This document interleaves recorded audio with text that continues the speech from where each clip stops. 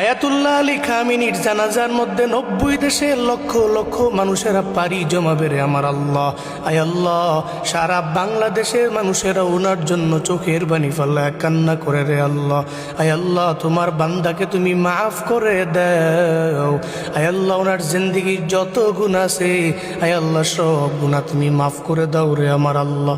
আয় আল্লাহ, বিশ্বের এই অবিসংবাদিত নেতার শাহাদাতের উসিলায় সারা বিশ্বের মুসলমানদের তুমি এক এবং নেক বানায় দাও রে আল্লাহ। আয় আল্লাহ, মুসলিমদেরকে তোমার গায়বী খাজানা থেকে তুমি সাহায্য করো রে আমার আল্লাহ।